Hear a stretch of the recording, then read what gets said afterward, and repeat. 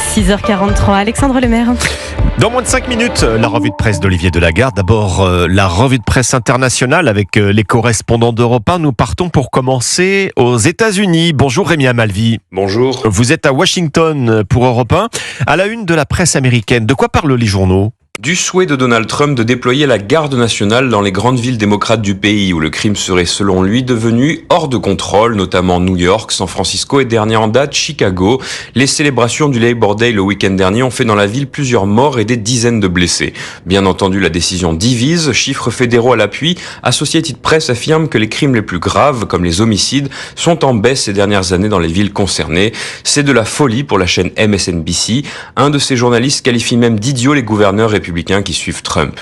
Mais côté conservateur, l'annonce est saluée. Fox News parle d'une décision utile et nécessaire. Newsmax espère que toutes les villes démocrates seront concernées quand l'influenceur Charlie Kirk appelle à leur occupation militaire complète. Nous sommes maintenant en Irlande. Clémence Pénard, vous êtes à Dublin pour Europe 1. Les gros titres des médias irlandais. La rentrée scolaire qui s'annonce chaotique avec une grève illimitée dans les écoles, titre The Irish Times. Des milliers de secrétaires et concierges d'écoles ont lancé une grève reconductible.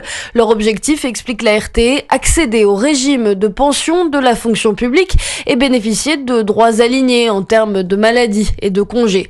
Bâtiments sans entretien, accueil téléphonique coupé, systèmes informatiques inaccessibles. En tout, 2000 écoles sont paralysées dans le pays. Pour le syndicat Força, l'exclusion du personnel du statut public alors qu'il travaille dans les mêmes établissements que les enseignants est intolérable, détaille The Independent.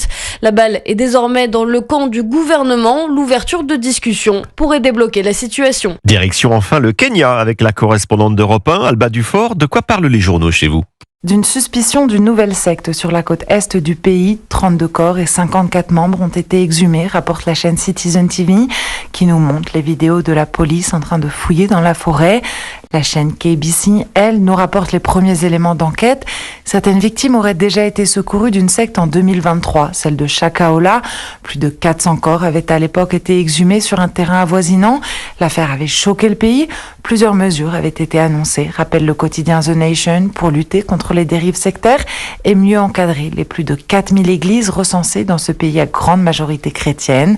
Mais depuis, peu de mesures ont vu le jour, dénonce le journal en ligne The Eastleigh Voice, qui insiste. Cette nouvelle affaire, je cite, met à nu les promesses non tenues de l'État après Shakahola. Alba Dufort, correspondante d'Europe 1 au Kenya. C'était votre revue de presse internationale sur Europe 1.